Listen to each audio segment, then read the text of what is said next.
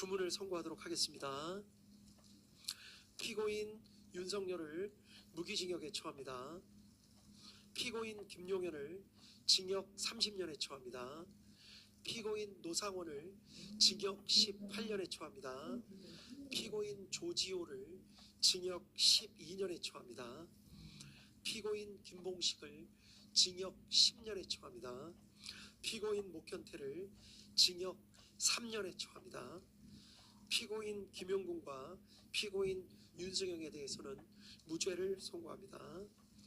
피고인 윤석열 무기징역, 피고인 김용현 징역 30년, 피고인 노상원 징역 18년, 피고인 조지호 징역 12년, 피고인 김봉식 징역 10년, 피고인 목현태 징역 3년, 피고인 김용군, 피고인 윤승영은 강무죄.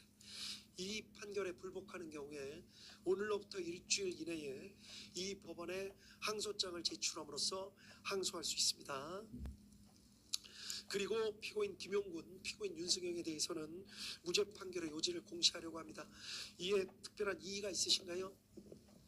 특별한 이의 없는 것으로 알고 있겠습니다. 무죄 판결 요지 공시한다고 말씀드립니다. 판결문 선고까지 마쳤기 때문에 중계 방송은 여기까지 하도록 하겠습니다. 예, 여기까지 중계를 마칩니다. 피고인 변호인 이하상 변호사, 유승지 변호사, 고영일 변호사, 김지희 변호사 주석했습니다. 예, 다음 노상원 피고인 변호인. 네, 노종래 변호사입니다. 예, 그다음에 김용군 피고인 변호인. 예, 알겠습니다. 그다음에 조지호 피고인 변호인. 노정환 변호사, 안상훈 변호사 출석했습니다. 예, 그다음에 김봉식 피고인 변호인. 예, 다음 윤승영 피고인 변호인. 법무법인 강한의 남기정 김준태 변호사입니다. 예, 다음 목현태 피고인 변호인.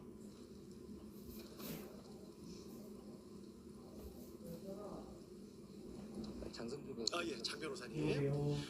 마스크 쓰셔가지고 감사합니다. 그렇게 출석 확인했고 지금부터 판결 이유를 말씀을 드리고 판결 주문을 낭독하도록 하겠습니다.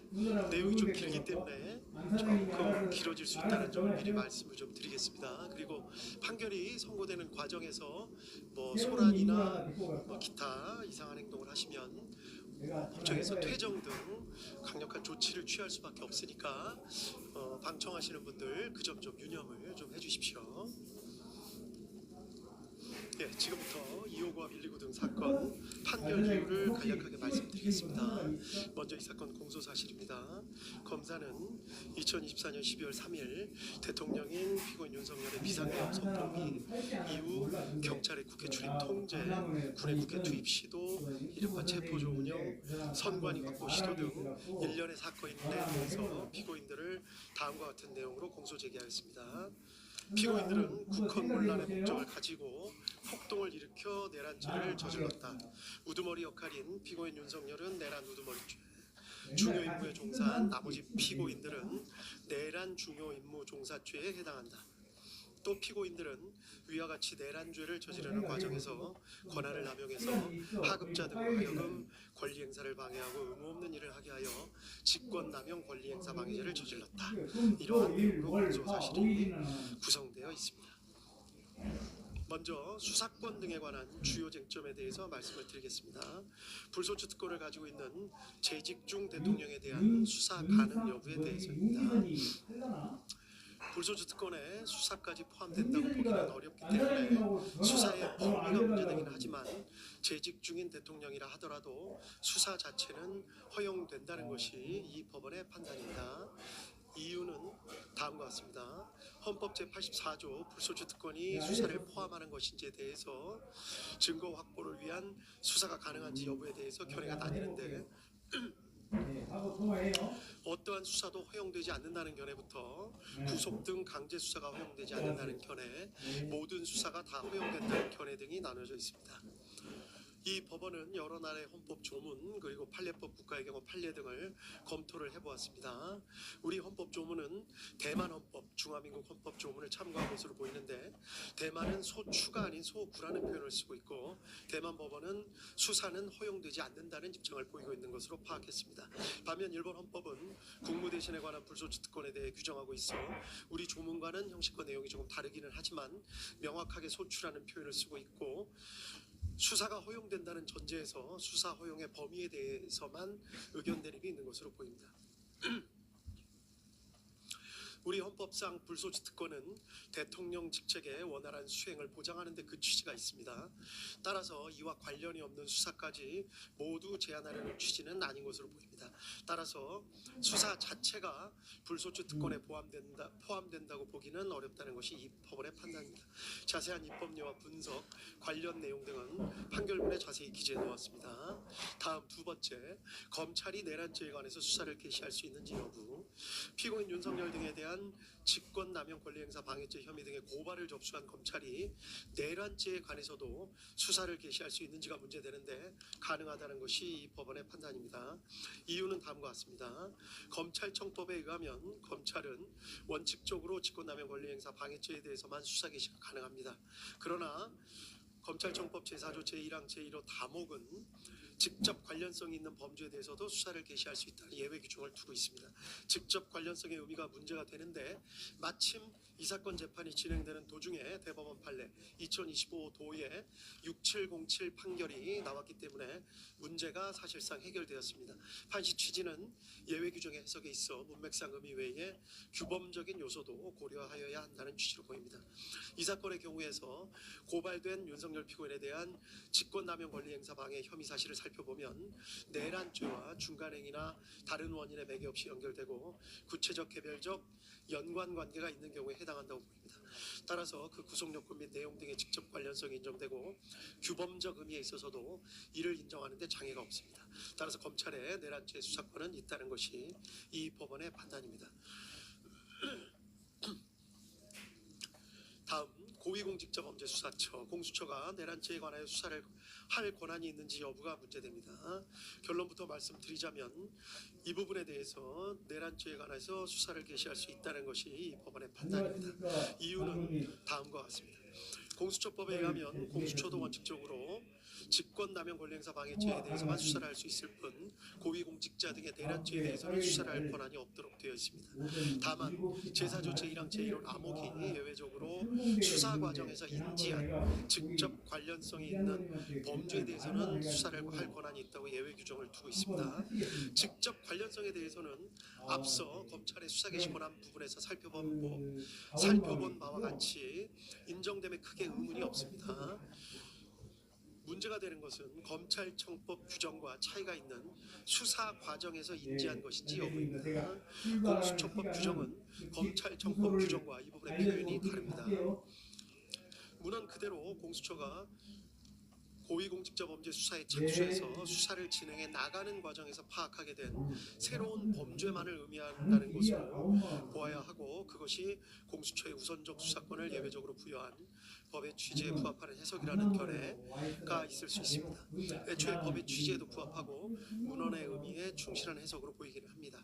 위 규정은 통상의 특검법 규정에서 따온 표현으로 보이는데 특검법 등은 처음부터 수사 가능 범위를 명확하게 규정해놓고 수사를 개시하면서 그 과정에서 인지하게 된 관련 범죄만을 예외적으로 수사할 수 있게 하는 것인 바 공수처법의 위 규정 역시 그러한 취지로 인정되어야 한다는 주장으로 보입니다.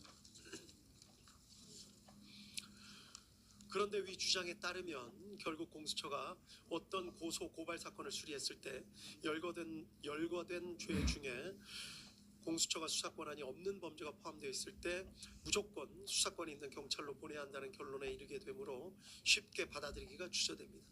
나아가 한시적으로 수사 범위를 정해놓고 수사를 개시하는 특검 등과는 달리 공수처는 상설기관으로 설치돼서 계속해서 관련 범죄를 수사하고 실체적 진실을 파악해야 할 일반적 수사기관으로서의 성질도 같이 가지고 있다는 점에 비추어 보더라도 그러합니다.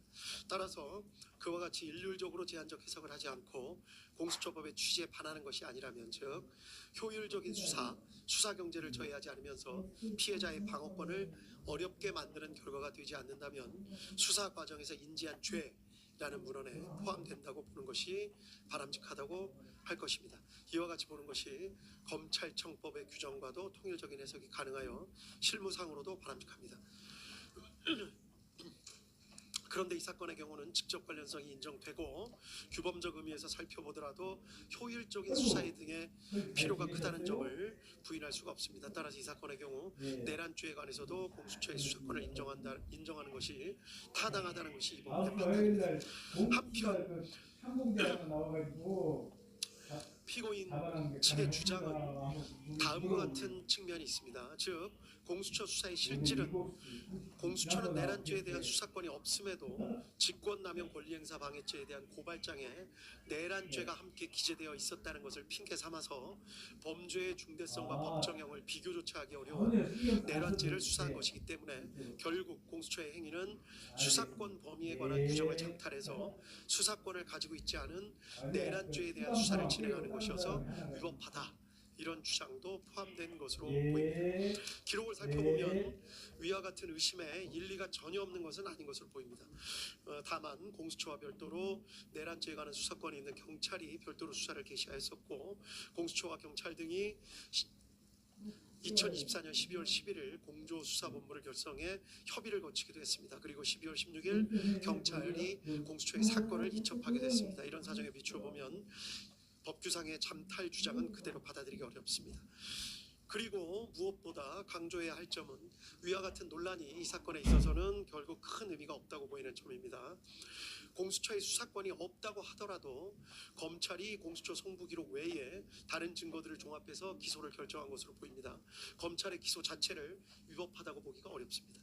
두 번째로 공수처가 수집한 증거를 다 빼더라도 검찰이 수집한 증거들, 그리고 이 법원이 증거로 채택하여 조사한 증거들에 의하더라도 지금 유죄로 판단되는 피고인들에 대해서 유죄 판단을 할 증거가 충분하다는 것이 이 법원의 판단입니다. 따라서 공수처의 수사권 유무와 관련된 기소의 적법성, 증거 관련 문제는 결국 발생하지 않습니다. 다음, 위법 수집 증거 관련 내용입니다. 원본성, 무결성이 입증되지 않은 증거 등 다수에 대해서 모두 증거 배제 결정을 하고 이를 판결문에 별지로 첨부하였습니다. 군사기밀 관련된 증거에 대한 위법 수집 증거 주장도 하고 있지만 이 부분에 대해서는 받아들이지 않습니다. 구체적인 위법 수집 증거 관련 판단 부분은 모두 판결문에 자세한 이유를 설치했기 때문에 관련 부분을 살펴보시면 될 것 같습니다. 이러한 사정 하에 해당 증거들, 이 법원이 적법하게 채택하여 조사한 증거들을 의해서 다음과 같은 사실이 인정됩니다. 인정된 사실관계는 판결문에 자세히 기재가 되어 있습니다. 간략하게만 강조될 부분에 대해서 말씀을 드리겠습니다. 이 사건의 경위입니다. 피고인 윤석열 당시 대통령은 야당인 더불어민주당이 다수를 점하고 있는 국회가 정부의 주요 관료들을 탄핵하고 예산을 삭감하는 등의 조치를 쉽게 하는 데 반해서 대통령이나 정부는 이에 대항해서 할 수 있는 마땅한 조치가 없다고 생각하였고, 사실상 국회가 정부로 하여금 제 기능을 할 수 없도록 만들고 있다고 생각한 것으로 보입니다. 피고인 윤석열은 경호처장으로 일하다가 국방부 장관이 된 피고인 김용현과 이런 생각을 어느 정도 공유하면서 이러한 정치 상황에 대해 한탄하는 일이 잦았고, 가끔 방첩사령관 여인영, 특수전사령관 곽종근, 수도방위 사령관 이진우 등을 불러 격려하는 자리에서 그와 같은 생각을 표현한 적도 있는 것으로 보입니다. 한편 피고인 김용현은 전 정보사령관 피고인 노상원과 친밀한 관계였는데, 이른바 부정선거가 우리 사회에서 벌어지고 있는 것은 아닌지 의심을 하면서 이에 대한 조사나 수사가 필요하다는 데 공감을 가지고 정보사령부 요원들을 활용해서 부정선거 수사를 할 나름의 구상을 한 뒤 피고인 노상원을 시켜서 정보사령관 문상호 등으로부터 정예 요원 명단을 추천받게 하는 등 나름의 부정선거 수사를 준비하고 있었던 상황이었던 것으로 보입니다. 이러한 배경 하에 피고인 윤석열은 국회에서 감사원장 등에 대한 탄핵소추 절차를 진행하는 등의 일까지 생기자 피고인 김용현과 사이에 비상계엄을 선포해서 국회 활동 및 일체의 정치 활동 등을 금지하는 포고령을 내리고 그 다음 국회에 군을 보내 국회의사당 등을 봉쇄하며 국회의원들이 모여서 토의나 의결 등을 하지 못하도록 막고 아울러 국회의장 여당과 야당 대표 등 주요 인사들을 포고령 위반의 형식으로 체포 구금하며 이 기회에 군이 선거관리위원회 서버 등을 확보 분석하고 선관위 전산 직원들을 신문하는 등 부정선거 수사를 진행한다는 내용의 개괄적이거나 구체적인 계획 등에 대해서 서로 합의를 하고 이를 12월 3일 22시경에 실행하기로 계획하고 세부 계획 등을 피고인 김용현에게 맡겼던 것으로 보입니다. 이 사건의 특징인데 피고인 김용현은 방첩사령관 여인영, 육군특수전사령관 곽종근, 수도방위 사령관 이진우 등에게 위 계획을 있는 그대로 알리지 않았던 것으로 보입니다.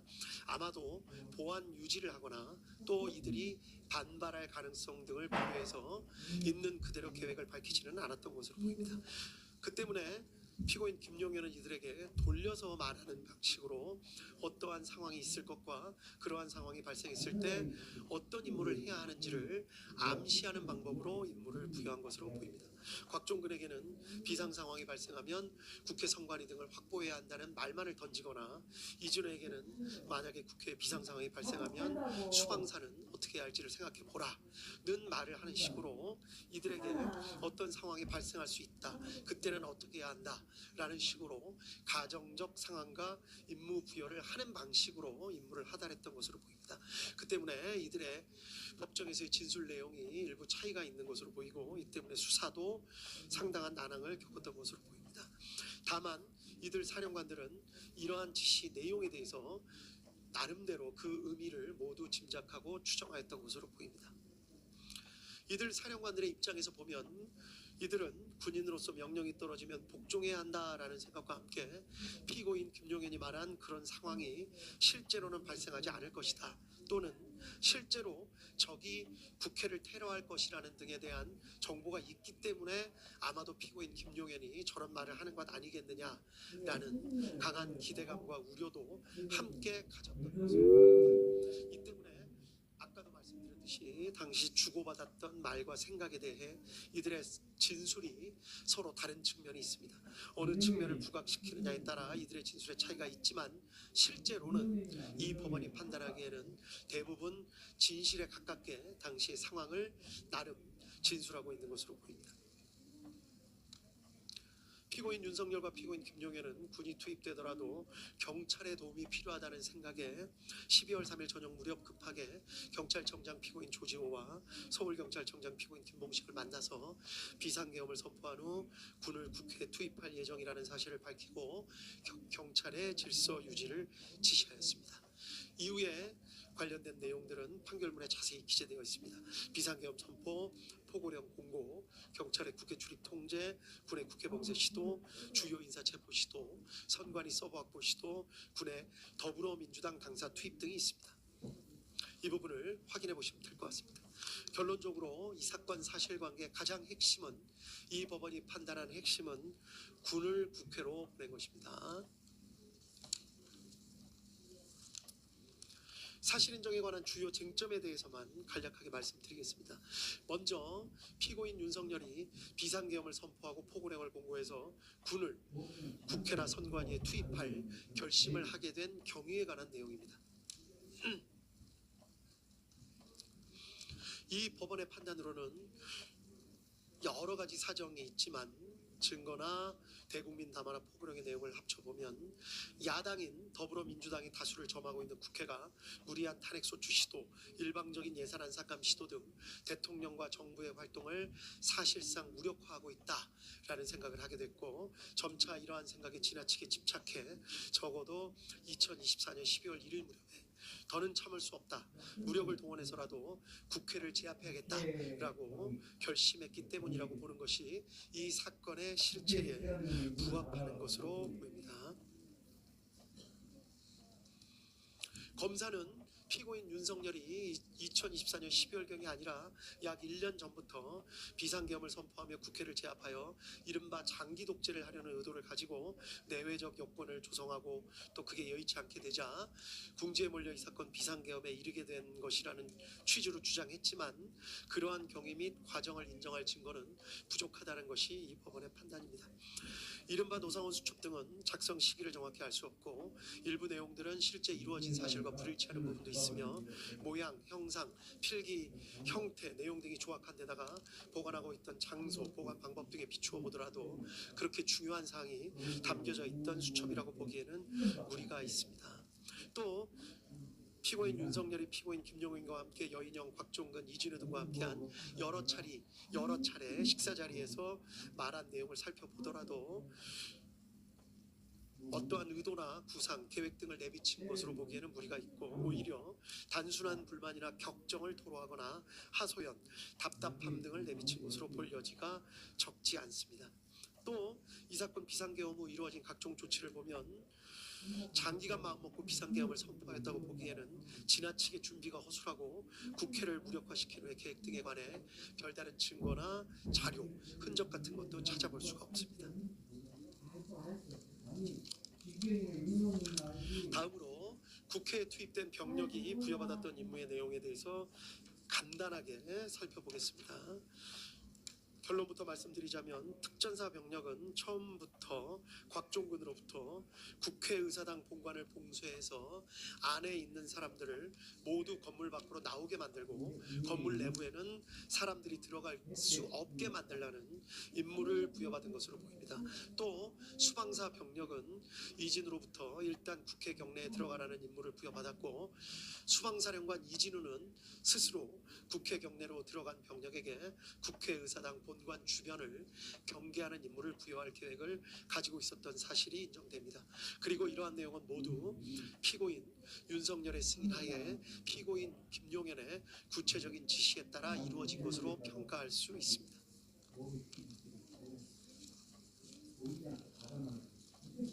다음으로 방첩사 체포조가 부여받은 임무의 내용입니다. 결론부터 말씀드리자면 피고인 김용현이 여인영에게 14명의 구체적 체포 대상자 명단을 불러준 것은 사실로 인정됩니다. 피고인 김용현과 여인영 모두 체포하라는 의미로 이를 이해한 사실 등도 인정할 수 있습니다. 한편 실제 출동한 방첩사 요원들 체포조는 명시적으로 체포된 당사자를 인계받아서 수방사 비원벙커로 이동하는 내용의 임무를 부여받은 것으로 보이기는 합니다.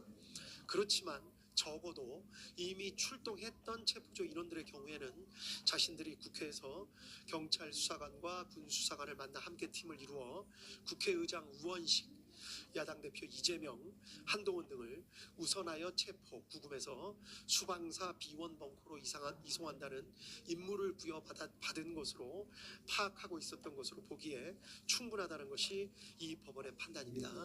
그 이유에 대해서도 판결문에 구체적이고 자세한 설시를 부여했기 때문에 관련 내용을 확인해 보시면 될 것 같습니다.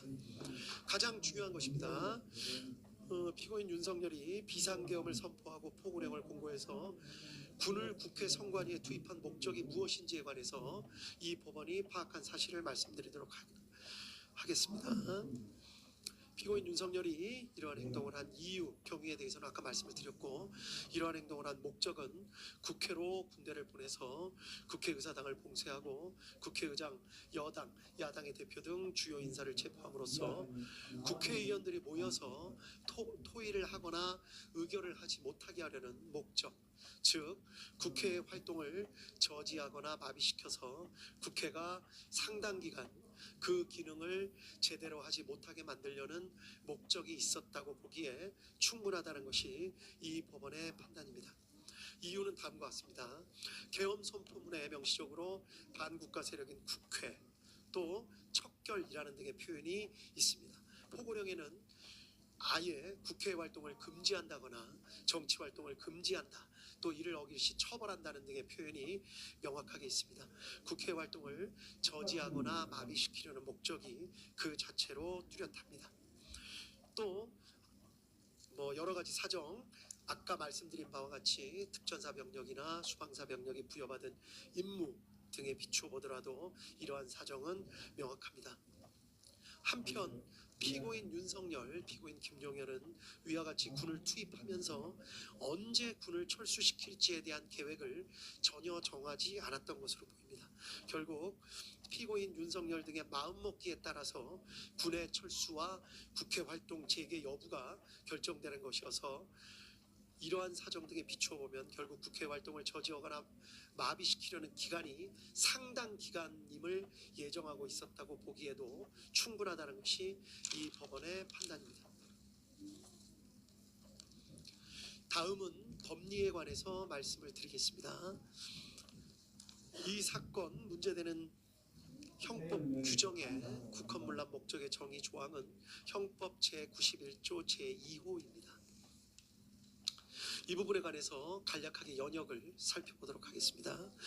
연역적으로 로마 시대에는 국가의 기본 질서를 어지럽히는 행위를 내란죄로 처벌했지만 황제 시대에 이르러서 국가와 황제를 동일시하는 경향이 나타났고 황제에 대한 반역 행위까지 내란죄로 처벌하게 되었습니다. 중세 시대에도 이러한 성향이 강하게 나타나서 죽은 개인에 대한 배신 행위 등을 반역죄로 처벌하게 되었고 점차 왕이나 군주 자체는 반역죄, 내란죄를 저지를 수 없다는 인식이 중세시대 때는 강하게 퍼졌던 것으로 재판부에서 확인을 했습니다. 계기가 된 사건은 찰스 1세, 잉글랜드의 왕 찰스 1세 사건이었습니다. 영국에서 의회가 생기고 왕과 의회 사이에 세금 징수 문제 등으로 갈등을 빚는 일이 생기게 되다가 결국 잉글랜드 왕 찰스 1세는 의회가 자신의 잘못 200가지를 시정해달라는 취지의 결의문을 내자 이에 분노해서 직접 군대를 이끌고 의회 의사당에 난입해서 그 자리에서 의회를 강제로 해산시키는 일이 있었다는 점을 역사 교과서를 통해서 검찰이나 피고인 측이 다 알고 계실 거라고 생각합니다. 이러한 내전을 통해서 결국 찰스 1세는 반역죄 등으로 사형을 선고받고 죽게 되는 일이 있었습니다. 이때 판결을 살펴보면 왕이 국가에 대해서 반역을 하였다는 사실을 명백하게 인정을 한 것을 알 수 있습니다. 이때부터 왕에 대한 범죄라는 생각이 점차 바뀌어서 국민으로부터 주권을 위임받은 의회에 대한 공격을 하는 것은 왕이라 하더라도 주권을 침해하는 것이 되어 반역죄가 성립한다는 개념이 널리 퍼지게 된 것으로 보이고 그리고 이후부터는 18, 19세기를 거쳐 내란죄는 국가 존립을 침해하는 죄로 각국에 반영된 것으로 보입니다. 이러한 연역과 각국의 입법례, 기타 여러 가지 사정에 대해서는 판결문에 자세하게 설치가 되어 있습니다. 주변국의 사례를 잠깐만 말씀드리겠습니다. 아프리카나 남미 등 이른바 개발도상국의 경우에서는 선거로 당선된 대통령이 의회와 갈등을 일으켜 군부를 동원해서 의회의 기능을 정지를 시키는 사례 등이 여러 언론을 통해서 전해지고 있습니다. 실제 이로 인해 내란, 반란, 역모 등 유사한 형법 규정에 의해 처벌받은 사례를 찾아보기는 어렵습니다. 재판부에서 판단해 보기에는 성공한 경우가 적지 않은 데다가 만약에 실패한 경우에는 그러한 일을 저지른 대통령이나 관료들이 외국으로 망명해서 수사나 재판이 진행되지 않는 경우가 많았기 때문인 것으로 보입니다. 이 때문에 개발도상국의 사례는 거의 참고할 수가 없었습니다. 다음으로 선진국의 사례를 말씀드리겠습니다. 이상하게도 선진국의 경우에는 대통령이 의회와 갈등을 일으켜 군부를 동원해서 의회의 기능을 정지시키는 사례 등을 찾아보기가 마찬가지로 어려웠습니다. 그런데 이러한 일이 있는 이유는 조금 다른 것 같습니다. 자세한 내용을 살펴보면 선진국에서는 이러한 정도의 갈등까지 가지 않도록 제도적으로 설계를 치밀하고 꼼꼼하게 해놓는 경우가 많기 때문인 것으로 판단했습니다. 의회를 상원, 하원, 양원으로 나누어서 의회가 신중한 판단을 할 수 있도록 하거나 선거에서 의원들의 일정 비율씩만 교체하도록 해서 급격한 의회 구성의 변화를 막거나 임기 내에 의원에 대한 신임을 묻게 하는 중간 투표 등의 제도를 두어서 책임 있는 의정 활동을 하도록 하는 장치 등을 두고 있기도 합니다. 또 상징적인 의미에서 왕을 두고 있는 국가들은 왕이 정부와 의회에 첨예한 갈등의 중재 역할을 하는 경우도 있는 것으로 보입니다. 대통령 등 행정부 수반에게 의회 해상권을 부여해서 갈등을 해결할 수 있는 제도적 장치를 마련해 두는 경우도 있는 것으로 보입니다.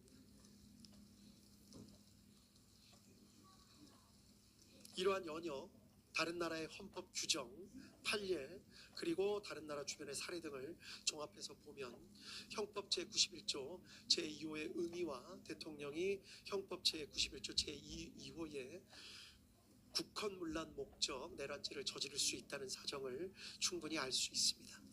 대법원은 국헌문란의 목적에 대해서 형법 제91조 제2호 헌법에 의하여 설치된 국가기관을 강압에 의하여 전복 또는 그 권능행사를 불가능하게 하는 것의 의미에 대해서 권능행사를 불가능하게 하는 것이란 헌법에 의하여 설치된 국가기관을 제도적으로 영구히 폐지하는 경우뿐만이 아니라 사실상 상당 기간 그 기능을 제대로 할 수 없게 만드는 것을 포함한다고 판시한 바 있습니다.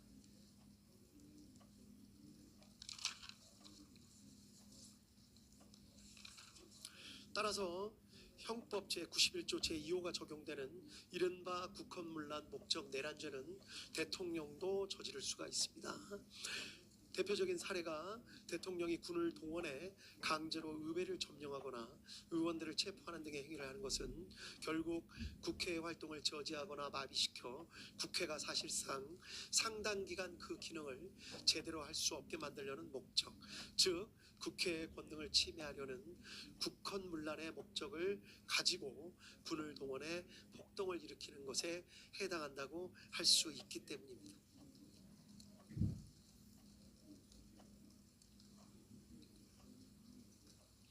특히 행정부의 수반과 행정부를 견제하는 의회는 자칫 갈등과 긴장관계에 놓이기 쉽고, 이 경우 군에 대한 통수권을 가지는 행정부의 수반은 언제든지 군을 동원해 의회의 기능을 제대로 행사하지 못하게 만듦으로써 방해 없이 행정부의 정책 추진을 밀고 나가려는 강한 유혹에 빠지기 쉽습니다. 위와 같은 경우는 종종 역사에서 찾아볼 수 있고 아까 말씀드린 바와 같이 주변국에서 직접 목격되기도 합니다.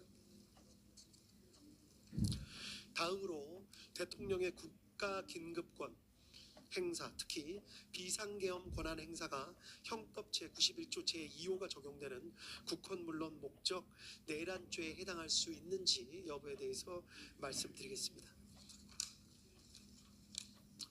비상계엄 선포는 그 자체로 행정부나 법원 등 헌법에 의하여 설치된 국가기관의 권한 행사를 제약하는 성격을 가지고 있습니다. 따라서 계엄이 해제될 때까지 사실상 상당 기간 다른 국가기관의 기능을 제대로 할 수 없게 만드는 속성을 가지고 있는데, 비상계엄 선포 자체가 내란죄에 해당하는지가 문제가 될 수가 있습니다. 이러한 문제에 대해서는 먼저 계엄 선포의 형식적, 실제적 요건을 갖추지 못한 경우에는 형법 제91조 제2호가 적용되는 국헌문란 목적 내란죄가 성립된다는 견해가 있을 수 있습니다. 또 어떠한 목적을 가지고 있는지를 살펴서 국헌문란 목적이 인정되는 경우에만 국헌문란 목적 내란죄가 성립한다는 견해가 있을 수 있습니다. 실체적 요건을 갖추었는지 여부를 가지고 따지는 견해는 따르기가 힘듭니다. 일단 실체적 요건을 갖추었는지 여부에 대한 대통령의 판단은 존중되어야 합니다. 이를 섣불리 사법심사 영역으로 가져오는 것은 자칫 필요한 경우 판단을 주저하게 만드는 저해 요소가 될 수 있고, 절차적 요건을 따지는 것도 도대체 어느 정도까지의 절차를 어기는 것이 문제가 되는지 삼을 수 있는지가 어렵습니다. 따라서 형식적 실제적 요건을 갖추지 못한 경우에는 비상계엄 권한 행사가 내란죄가 된다는 주장은 받아들이기가 어렵습니다. 따라서 다른 견해, 원칙적으로 계엄의 요건을 갖추었는지 여부에 따라 내란죄가 성립되는 것은 아니나, 다만 비상계엄의 선포로도 할 수 없는 권한의 행사를 목적으로 하는 것이라면, 즉 국회의 권한을 침해하거나 행정사법의 본질적인 기능을 침해하는 것, 우리 헌법이나 계엄법 등은 비상계엄을 하더라도 국회의 권한을 침해하거나 행정사법의 본질적인 기능은 침해할 수 없도록 정하고 있습니다. 따라서 비상계엄을 하더라도 국회의 권한을 침해하거나 행정사법의 본질적인 기능을 침해할 수 없는데, 이를 목적으로 해서 비상계엄을 선포하는 것이라면 비록 헌법이 정하고 있는 권한 행사라 하더라도 이때에는 형법 제91조 제2호가 적용되는 국헌문란 목적 내란죄가 성립할 수 있다는 것이 이 법원의 판단입니다. 따라서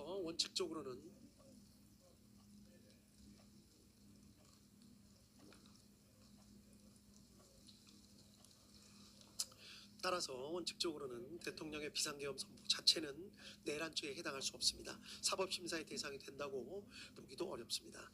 다만 그 내용을 살펴서 비상계엄의 선포로도 할 수 없는 권한의 행사, 그것이 헌법이 설치한 기관의 기능을 상당 기간 저지하거나 마비시키려는 목적으로 하는 것이라면 결국 이는 헌법이 정한 권한행사라는 명목을 내세워서 실제로는 이를 통해 할 수 없는 실력 행사를 하려는 것에 다름 아니기 때문에 형법 제91조 제2호가 적용되는 국헌문란 목적 내란죄가 성립할 수 있다는 것이 이 법원의 판단입니다. 한편 이와 관련해서 한편 이와 관련해서 피고인 윤석열 및 그 변호인은 이러한 주장을 하고 있습니다. 이 사건 비상계엄 선포 등에 이르게 된 목적은 사사건건 무리한 탄핵과 예산 삭감 등 정부의 발목을 잡아 반국가 세력이나 다름없게 되어버린 국회에 대한 국가 위기 상황을 타개하고 자유민주주의 체제를 수호하기 위한 것이었기 때문에 그러한 목적 하에 이루어진 이 사건 비상계엄은 국헌문란 목적 내란죄가 될 수 없다고 주장합니다. 그러나 이 법원의 판단으로는 이는 어떤 일을 행한 동기나 이유, 명분과 그 목적을 혼동하여 하는 주장으로 보입니다. 국가 위기 상황이라고 판단하고 이를 바로잡고 싶어 했던 것은 그 정당성 여부에 관한 판단은 변론으로 하더라도 동기나 이유, 명분에 불과할 뿐이지 이를 군을 국회에 보내는 등의 목적이라고 볼 수는 없습니다. 위와 같은 동기나 이유 때문에 피고인 윤석열, 피고인 김용현이 군대를 보내 국회를 봉쇄함으로써 국회의 활동을 상당 기간 저지하거나 마비시켜 국회의 기능을 제대로 할 수 없게 만들려는 목적을 가지게 되었던 것이고 그 목적을 이루기 위한 수단으로 비상계엄, 병력 출동 및 국회 봉쇄 시도 등의 행위에 나아간 잘못을 저지른 것은 명백하게 구분되어야 합니다. 성경을 읽는다는 이유로 촛불을 훔칠 수는 없습니다. 다음으로 공법의 성립 기준입니다. 비상계엄 권한 행사가 형법 제91조 제2호가 적용되는 국헌문란 목적 내란죄에 해당하는 경우 어떤 경우에 공범이 성립될 수 있는지, 이때의 공범은 구속 요건에 맞추어 집합범으로서의 내란범이 성립되는지를 말씀드리는 것입니다. 이 법원의 판단을 먼저 말씀드리면 폭동에 관여한 사실만 인정되어서는 안 되고 국헌문란의 목적에 대해서 인식, 공유한 사실까지 인정되어야만 공범, 즉 집합범으로서의 내란범이 되고 그러한 집합범으로서의 내란범이 성립되어야만 이후 그 역할에 따라 내란 우두머리, 내란 중요 임무 종사 등으로 나누어 처벌할 수 있다는 것이 이 법원의 판단입니다. 이유는 다음과 같습니다. 내란죄는 집합범으로서 일정 규모 이상의 다수가 결합하여 함께 저지르는 범죄입니다. 대통령의 국헌문란 목적 내란죄에 있어서 폭동에 관여하였다고 하더라도 그것만으로는 집합범으로서의 내란죄를 저질렀다고 섣불리 인정할 수는 없습니다. 특히 내란죄의 폭동은 최광의의 폭행 협박을 의미하는 것이어서 일체의 유형력 행사가 다 포함되는 것인데 비상계엄의 선포, 이 경우에 비상계엄의 선포 자체도 어느 정도 유형력의 행사로 볼 여지가 많기 때문에 그러한 행위에 일부 관여했다고 해서 이를 바로 집합범으로서의 내란죄에 해당한다고 포섭하는 것은 죄형 법정주의 원칙에 반하고 구속요건에 맞지 않습니다.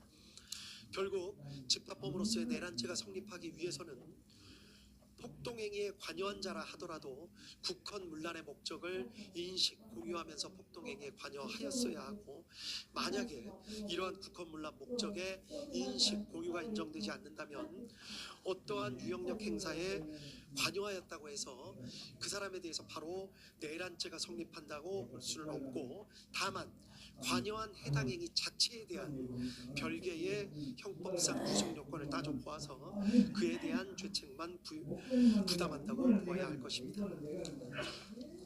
국헌문란 목적의 인식 공유는 미필적인 것으로 족합니다. 처음부터 계획을 같이 세우면서 인식 공유할 수도 있지만 사후에 폭동행위에 가담하는 과정에서 그러한 목적을 인식 공유하는 것도 가능하다고 할 것이고 암묵적인 의사소통으로도 가능하다고 할 것입니다. 그리고 이러한 국헌문란의 목적을 인식 공유하면서 폭동에 관여한 사람들만을 내란죄가 인정하는 집합범으로서 인정하고 그 사람들을 그 내부에서의 역할에 따라 우두머리, 중요 임무 종사 등으로 구분하여 처벌해야 할 것입니다. 이 사건 폭동이 한 지방의 평온을 해할 정도의 위력이 있었는지 여부에 대해서 말씀드리겠습니다. 이 법원은 이 사건 비상계엄 선포, 포고령의 공고, 국회 봉쇄행위, 국회의원 및 정치인 등 체포조 편성 및 운영, 중앙선관위 등 점거, 서버 반출 및 직원 등 체포 시도 등은 모두 다 합쳐서 그 자체로 폭동행위에 해당한다고 보이고 이러한 폭동행위는 대한민국 전역, 그렇지 않더라도 국회와 선관위 등이 위치한 서울과 수도권 등의 평온을 해할 정도의 위력이 있었다고 보니 상당하다고 판단했습니다. 이 부분 이유는 판결문에 자세히 설치되어 있기 때문에 해당 부분을 참조하시면 될 것 같습니다. 결론적으로 다시 한번 강조하건대 이 사건의 핵심은 군을 국회로 보낸 것입니다. 이제 구체적인 죄책 여부에 대해서 말씀을 드리겠습니다. 먼저 피고인 윤석열, 피고인 김용현의 경우를 같이 말씀드리겠습니다. 앞서 말씀드린 바로 추정할 수 있듯이 피고인들의 경우에는 형법 제91조 제2호의 국헌문란의 목적이 인정됩니다. 군을 보내 국회를 봉쇄하고 주요 정치인들을 체포하는 등의 방법으로 국회 활동을 저지하거나 마비시켜 국회가 사실상 상당 기간 기능을 제대로 할 수 없게 만들려는 목적을 내심으로 가지고 있었음을 부정하기는 어렵다고 봅니다. 군대를 보내서 폭동을 일으킨 사실도 인정됩니다. 폭동이란 최광의의 폭행이나 협박입니다. 여러 가지 사정들 간략하게 말씀드리자면 군이 무장을 해서 국회로 출동하는 자체, 헬기 등을 타거나 담을 넘어서 국회로 진입하는 자체, 또 그 안에 있는 관리자들과 몸싸움을 하는 자체, 심지어 체포를 위해서 장구를 갖추고 다수가 차량을 이용해서 국회로 출동하는 행위 자체 등 대부분의 행위가 모두 폭동에 포섭이 된다는 것이 이 법원의 판단입니다. 아울러 피고인 윤석열, 피고인 김용현의 경우에 일일이 개별적으로 관여하지 않은 폭동도 있었던 것으로 보이는 사정이 있습니다. 그렇지만 폭동행위에 관한 대법원 판례는 일일이 개별적으로 관여하지 않은 부분이 있다고 하더라도 그 관여하지 않은 부분에 대해서도 내란죄로서의 책임은 모두 부담한다는 것입니다. 따라서 개별적으로 관여하지 않은 행위가 이 부분에 있어서 다소 억울하다는 사정이 있을 수는 있지만 전체에 대한 내란죄로서의 책임을 진다는 것이 이 부분의 판단입니다. 피고인 윤석열, 피고인 김용현에게는 집합범으로서의 내란죄가 성립합니다. 그리고 맡은 역할에 따라서 피고인 윤석열은 내란 우두머리죄, 피고인 김용현은 내란 중요 임무 종사죄가 성립합니다. 다음 피고인 조지호, 피고인 김봉식에 대해서 살펴봅니다. 피고인 조지호, 피고인 김봉식은 비상계엄 선포 전 피고인 윤석열 등으로부터 비상계엄을 선포해 군을 국회에 투입할 예정이라는 사실을 직접 통보받았고 이에 대해서 경찰의 질서 유지를 부탁한다는 지시까지도 받았습니다. 게다가 피고인 조지호는 여인영으로부터 별도로 군이 주요 정치인들을 체포하려 한다는 사정까지 들어서 알고 있었습니다. 피고인 조지호, 피고인 김봉식은 비상계엄 선포 전부터 기동대 배치를 준비했고 비상계엄이 선포된 지 얼마 지나지 않아서 바로 국회 외부에서 내부로의 출입을 전면 차단했다가 잠시 이를 해제한 후 다시 포고령 공고 이후 전면 차단을 실행하였습니다. 질서 유지 차원이라고 주장하기는 하지만 주된 목적은 군이 투입되는 사정을 미리 알고 있으면서 군의 출입은 허용하였고 정작 국회의원 등 주요 관계자들의 출입을 제한한 점에 비추어 보더라도 그 목적을 추정할 수 있습니다. 이러한 사정들을 종합해보면 피고인 조지호, 피고인 김봉식은 비록 처음부터 계획에 관여하고 설계했던 것은 아니지만 국헌문란의 목적, 즉 피고인 윤석열과 피고인 김용현이 군을 보내 국회를 봉쇄하고 주요 정치인들을 체포하는 등의 방법으로 국회 활동을 저지하거나 마비시켜 국회가 사실상 상당 기간 그 기능을 제대로 할 수 없게 만들려는 목적을 가지고 있다는 사실을 인식, 공유했다고 보기에 충분하고 이에 따라 위 폭동행위에 가담한 것으로 평가할 수 있습니다. 따라서 이들에게는 집합범으로서의 내란죄가 성립한다는 것이 이 법원의 판단입니다. 그리고 그 역할에 따라 각 내란 중요 임무 종사죄가 성립합니다. 다음으로 피고인 노상원에 대해서 살펴보도록 하겠습니다. 피고인 노상원의 경우 이 사건 비상계엄으로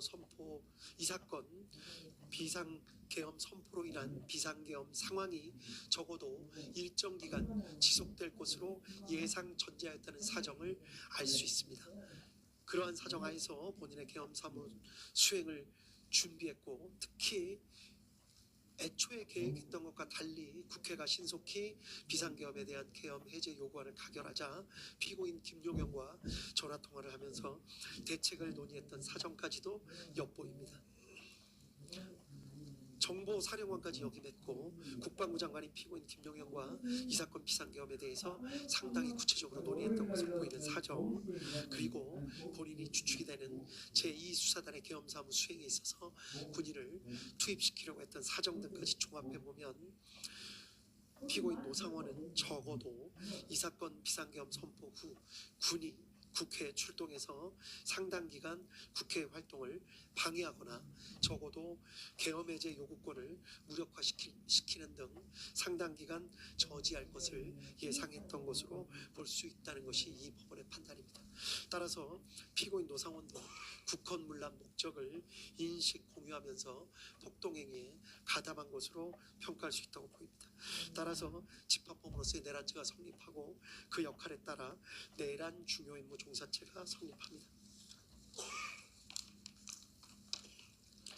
다음 피고인 목현태에 대해서 살펴보도록 하겠습니다. 피고인 목현태는 국회 경비대장으로서 처음부터 국헌문란의 목적을 인식 공유한 것으로는 보이지 않습니다. 여러 가지 사정을 살펴보면 피고인 목현태에 대해서는 이 재판부가 수차에 걸쳐서 피고인 목현태에 관한 여러 가지 사정이나 사실관계를 다시 한번 살펴보고 또 논의를 해보았으며 피고인 목현태에게 혹시 억울한 사정이나 기타 달리 볼 수 있는 사정이 있지 않은가 하고 여러 차례 토의와 논의를 해보았습니다. 그러나 아쉽지만 다음과 같은 사정에 비추어 보면 피고인 목현태에게도 집합범으로서의 내란죄가 인정된다고 볼 수밖에 없다는 것이 이 법원의 판단입니다. 피고인 목현태는 국회 경비대장으로서 처음부터 국헌문란 목적을 인식 공유한 것으로는 보이지 않지만 국회의원 등의 출입을 차단하라는 지시를 받고 그대로 이행하면서 심지어 국회 사무처 관계자들로부터 명시적인 항의를 받기도 했고 직접 군의 출입이 허용되는 사정까지 목격하면서도 계속해서 국회의원 등의 출입을 차단하는 행위에 가담했습니다. 미필적으로나마 자신들이 하는 행위가 국회 활동을 저지하거나 마비시키는 행동이 될 수 있다는 사정을 알았던 것을 부인하기는 어렵다고 판단이 됩니다. 따라서 피고인 목현태에게도 집합범으로서의 내란죄가 성립하고 역할에 따라 내란 중요 임무 종사죄가 성립한다는 것이 이 법원의 판단입니다. 다음 피고인 김용군에 대해서 살펴봅니다. 검사는 피고인 김용군이 피고인 노상원의 정보사령부 병력 선관위 과천청사 투입 및 부정선거 수사 계획에 공모 가담하였다고 기소를 하였습니다.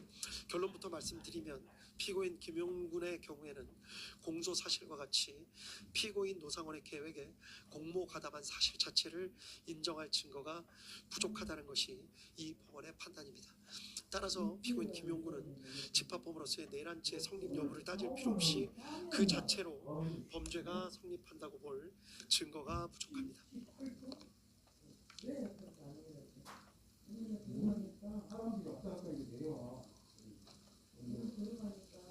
이유는 간략하게 말씀드리면 다음과 같습니다.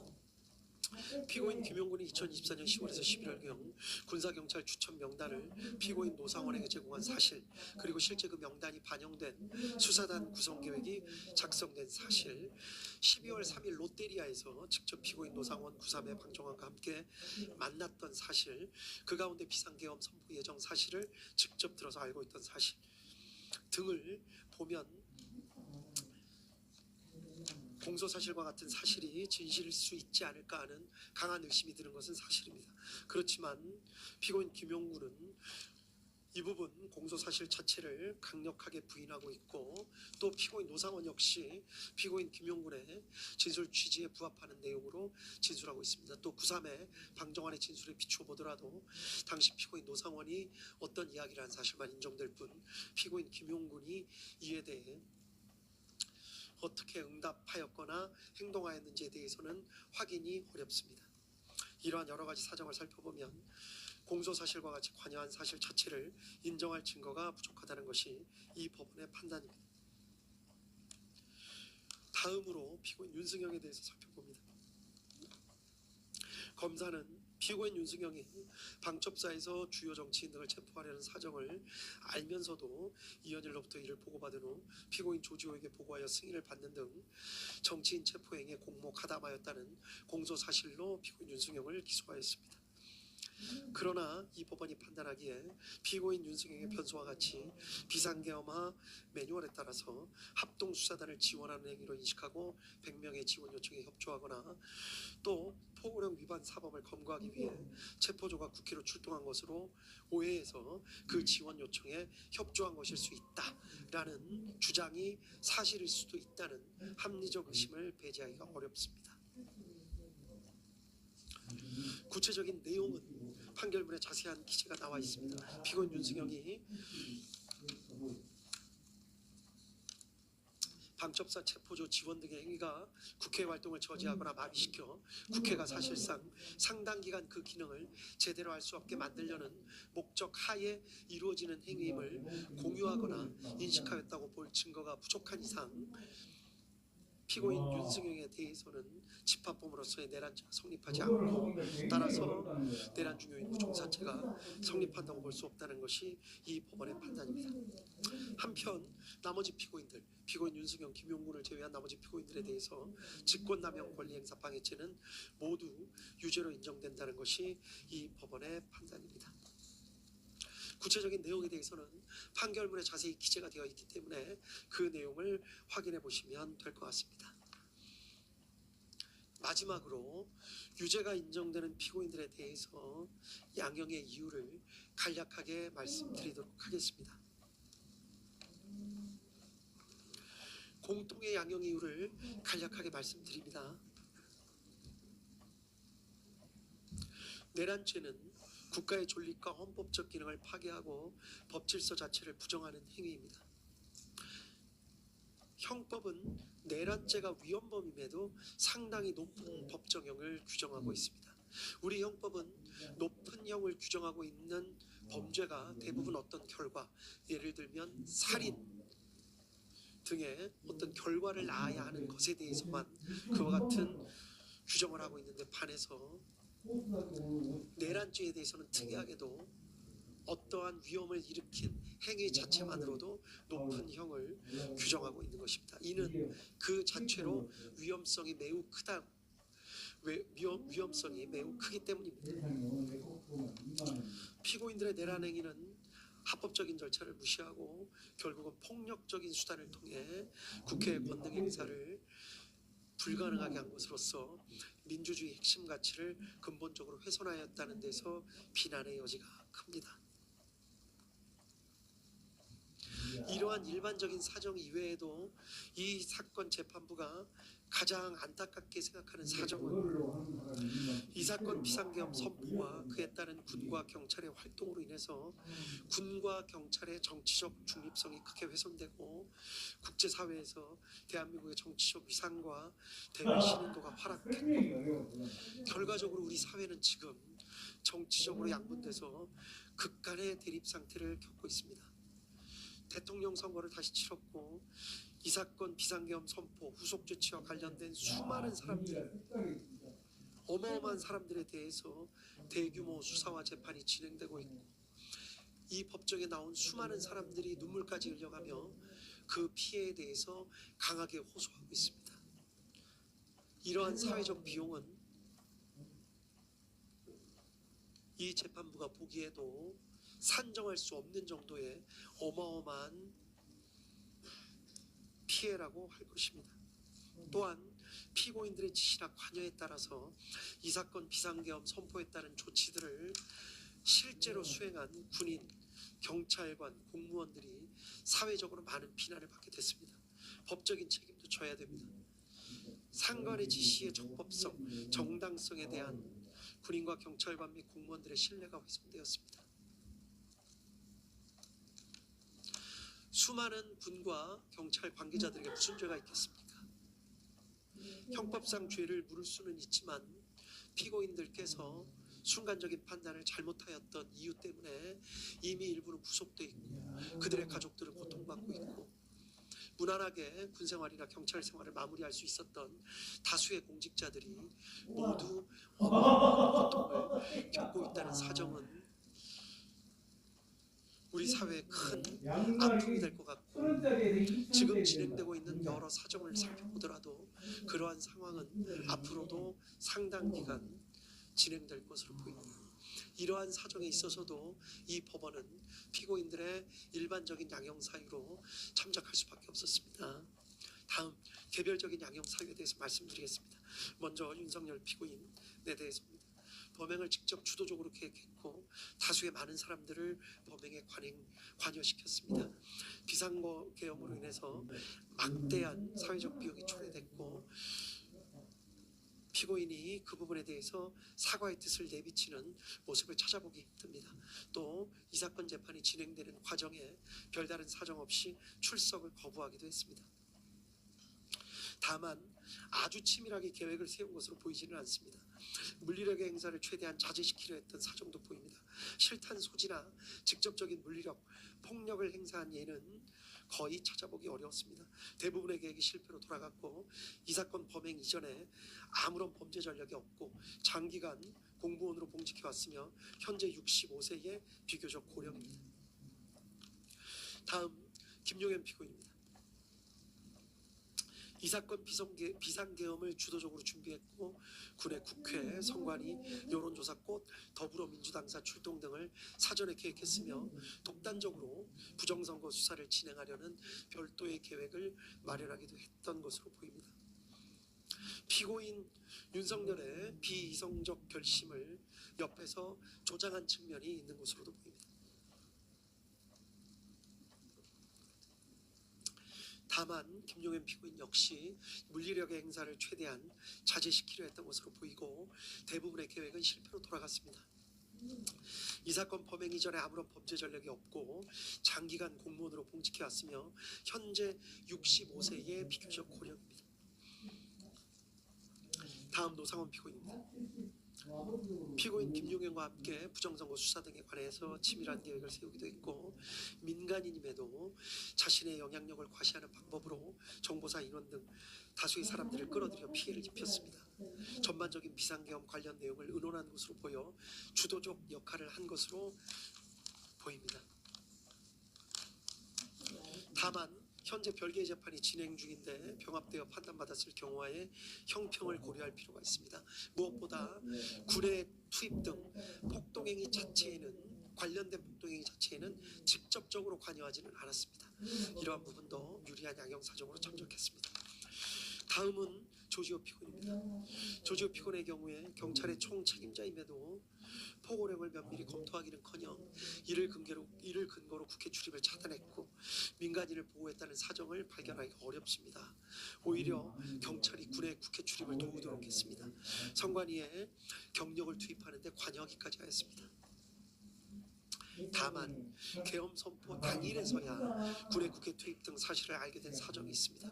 국회 출입 통제 시간이 비교적 짧았던 것으로 보입니다. 구체적인 사항을 일일이 지시한 것으로 보이지 않습니다. 오랜 기간 동안 경찰 공무원으로 봉직해왔고 아무런 범죄 전력이 없으며 혈액암을 앓는 등 건강이 상당히 좋지 못합니다. 다음으로 피고인 김봉식입니다. 피고인 김봉식 역시 피고인 윤석열과 피고인 조지호의 지시에 따라서 경찰을 국회에 출동시키거나 국회 출입문을 폐쇄하고 국회의원 등을 포함한 사람들의 국회 출입을 막는 일을 직접 주도하였습니다. 특히 국회를 경비해야 할 임무를 가지고 있는 국회 경비대에게조차 국회 출입 통제에 관여하게 하는 등 비난의 여지가 큽니다. 다만 계엄 선포 당일이 되어서야 군의 국회 투입 등 사실을 알게 되었고 국회 출입을 잠시 허용하기도 했고 특히 물리적 사용을 자제한 것으로 보입니다. 오랜 기간 경찰 공무원으로 봉직해왔고 아무런 범죄 전력이 없습니다. 다음 목견대 피고인입니다. 국회를 보호해야 할 국회 경비대장임에도 국회 출입 통제, 특히 국회의장에 대해서까지 출입을 통제하려고 했습니다. 국회 사무처 직원들로부터 명확하게 항의를 받았음에도 출입 통제에 계속 가담하는 등 비난의 여지는 적지 않습니다. 다만 목견대 피고인의 경우에는 총경급 지휘관에 불과합니다. 급박한 상황 속에서 피고인 조지호나 피고인 김봉식의 지시, 비상계엄 및 포고령의 적법성 등을 명확하게 판단하고 그 지시를 거부하기는 어려웠을 것으로 보입니다. 일부 국회의원이나 국회 관계자들의 국회 출입을 몰래 허용해 주기도 한 것으로 보입니다.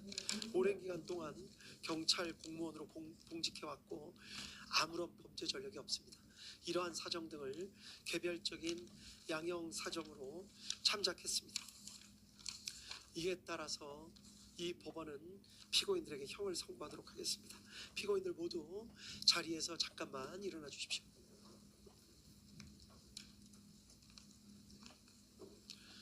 주문을 선고하도록 하겠습니다. 피고인 윤석열을 무기징역에 처합니다. 피고인 김용현을 징역 30년에 처합니다. 피고인 노상원을 징역 18년에 처합니다. 피고인 조지호를 징역 12년에 처합니다. 피고인 김봉식을 징역 10년에 처합니다. 피고인 목현태를 징역 3년에 처합니다. 피고인 김용군과 피고인 윤승영에 대해서는 무죄를 선고합니다.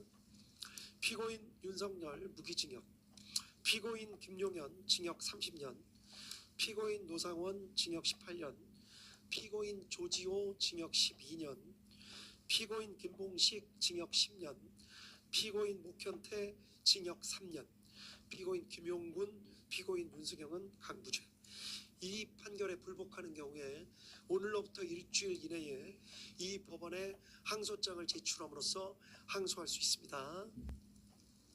그리고 피고인 김용군, 피고인 윤승영에 대해서는 무죄 판결의 요지를 공시하려고 합니다. 이에 특별한 이의가 있으신가요? 특별한 이의 없는 것으로 알고 있겠습니다. 무죄 판결 요지 공시한다고 말씀드립니다.